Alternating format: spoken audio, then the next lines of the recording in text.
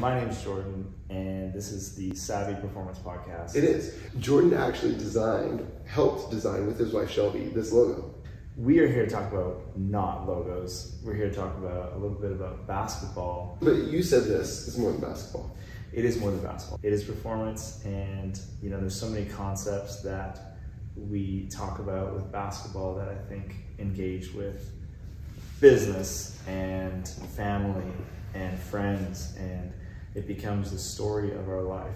I was actually thinking today before preparing here, I was feeling like, man, you have such a unique opportunity because you get to go and investigate all these different schools. Mm-hmm. So many different cultures, so many different dynamics that are creating these teams. And you really get this unique perspective of evaluating one against the other, not intentionally, of course, but you can see things that other people have a tough time seeing, I think. Does it really feel different by each school, or does it feel like the same thing, I guess, is what I'm saying? Swing it on over here. First thought of the day. That's a really insightful question. Coaching is such a silo and so insulated. A coach would go through 5 years and might never see another coach do the same job that they're doing. That's true. Their only perspective is like their team and their experience. And, I'm really fortunate and unique in that I get to spend most of my time traveling around and seeing thousands of coaches coach. Mm-hmm. And so you're right, it is. I compare coaches against coaches. And I'm like, that doesn't work, that doesn't work. This is the best practice. Mm-hmm. And so like anything that I share with you or teach, I just steal. It's not like I come up with it myself. I just assimilate the best stuff. And so in observation, I identify, okay, this is a need. This is a best practice. And I just share it. So to answer your question, here's the lesson, okay? Get out of your own practice and watch as many coaches as you can, as often as you can. Because you can be like, that's not good and that's really good. Steal like an artist and create your own thing. And then second, get as many people in as you can. You do this really well. You watch me parent, or you watch me interact with my wife and be a husband, or you watch me work and you give your observations. The majority of them, I reject. No. Like some of them I'm like, no, I don't think you have good enough perspective. But many of them I'm like, oh gosh, I really have to think and chew on that. Just to recap, 1, see others. 2, invite other people in to give you feedback, because perspective is so valuable, because we get in our own little silo. I'm gonna challenge you on this, because I think a lot of people would probably be asked this question. Great, I'll take you on that, but who do I listen to? Because I think that's another thing is coaches, I'd imagine, are getting 1,000 parents and 1,000 different experts saying the most ridiculous things. Is there a trust circle that you need to find? Mm-hmm. Is there a trust circle of people that you need to kind of bring into your world and say, I will listen to these people, like yourself? How do you identify those people, number one, I guess, and then also, is it just listening to everybody and constantly trying to filter out the noise, or how do you do that? Swing that over here. You're exactly right. You got to find an expert and listen to them. Like, find someone that you trust, believe in, they have credibility, whatever. And I hope I can be that for you. That's my goal, honestly, is to be that for you. Like, I'm here to help. But once you identify someone that you're like, yep, I like their vibe, I trust them, then invite them in. But you're right, it's not everybody. I empathize for so many coaches. Just everyone's got their opinion about the zones and what you ran and what you do in the last 2 minutes. And it's just people don't know what's going on with your players. Yeah. Right? When you go into a gym, how soon can you identify if this is not a good situation? Like 5 minutes or less, 2 minutes or less? 30 seconds. For a long time, I got to recruit and train the directors for PDC basketball. And it was my job to find great directors. Within 30 seconds of meeting someone, I would know if they're a force of nature or not. Wow. A force of nature is an inevitable experience. It's just like, they're the most influential person in the room. And we've all experienced a force of nature, and sometimes they're negative.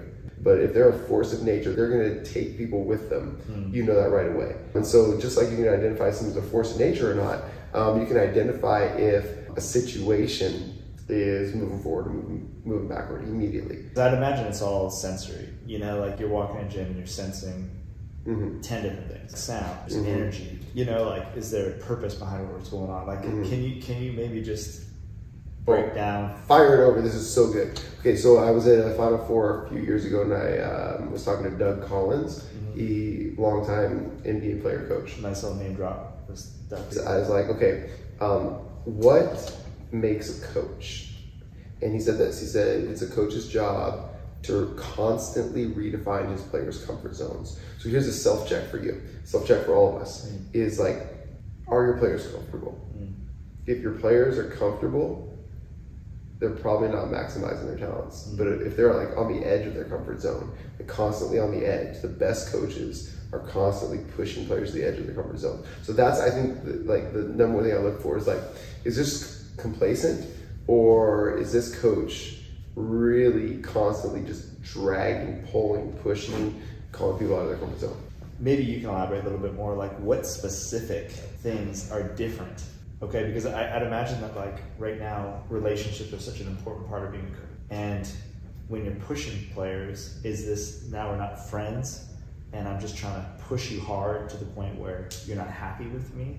Is it coming alongside of them? Like, what does that look like? 3 stories, and the coaches that I'm going to use in these stories probably know who you are, so thank you. We were just at a practice with a really successful program coach, and coming out of the film session, we were like, probably could have gotten more engagement if you had just used players' names to kind of put them in the spotlight and maybe even like call them out and maybe put everyone more on the edge of their seat, like, oh, I might be called on here.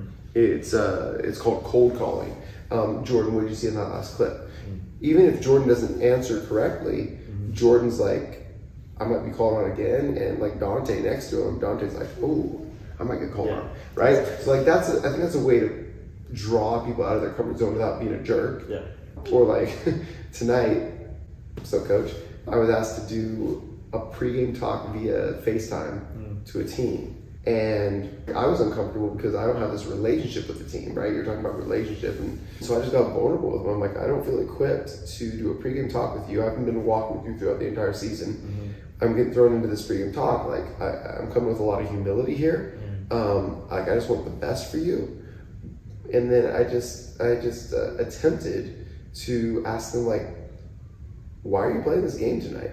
Like, do you want to play another game? Do you want to go home? Like, why are you even playing? Then tried to like get them outside of their comfort zone, as in like they're probably just thinking about how I feel about my relationships with my teammates, how much playing time am I going to get, versus like, okay, let's get outside your comfort zone and think about like what's my purpose, you know? So I think you can get people outside their comfort zone without being a jerk, would be my answer to your question. Yeah, because when I think about getting kids out, I think about like Bobby Knight throwing a chair across the floor, you know, and some of the coaches I had where, you know, they're getting in your face screaming, I got spit flying on my face. I'm just like, what? That's uncomfortable. When you go into a gym, do you think that you can identify, just based on the practice, the preparation, where the school lands in terms of, are they a D1 school, are they a D3 school, are they a D2 school? Do you feel like there's a real big gap between them, or is it not as big as some of these people might feel? The level of athlete determines the level of program. As far as like it being a special or championship program, that's more obvious than the level of athlete. So yeah, you can immediately tell if a team has a chance to win something or not. And so that's easier to see than what level of athlete that players are. So yeah, I would say you can tell within 5 minutes if a team can do something special or not. All right, I'm gonna get to like the crux of what I've learned in the last 5 days. 3 things that can make you a better coach right now. Okay, 1, from college coaches to high school coaches, coaches don't start with why enough. Start with why more. In film, why is this important? On court, why are we doing this drill? What's the objective of it? Coaches just do drills and they expect players to randomly and hopefully get better. Start with why. We're doing this drill in order to improve our close-offs. We want to get immediate dribbles on every single catch, and then hold the standard. So it's like, I see teams doing drills and it's like, what are we actually getting better at? We didn't get better at anything. So start with why, measure it, improve it before you move on. Be very clear about what you improved and why you need to continue to improve it. Start with why, number one. Recently, I was at this practice. Team was doing a drill. I asked the coach, are you working on offense or defense right now? Is it obvious? Like I've been around basketball. Like I didn't hear you actually say if you're working on offense or defense. So let's get super simple. Like, is this drill trying to get you better at your offense or your defense? Okay, layer two. If you're working on offense, what's the one thing that you're trying to get better at on offense? Think of a drill you saw recently, and what you think was the thing they're trying to get better at on offense. Do you have an answer? No. That's sad. Let's say you're working on shot selection.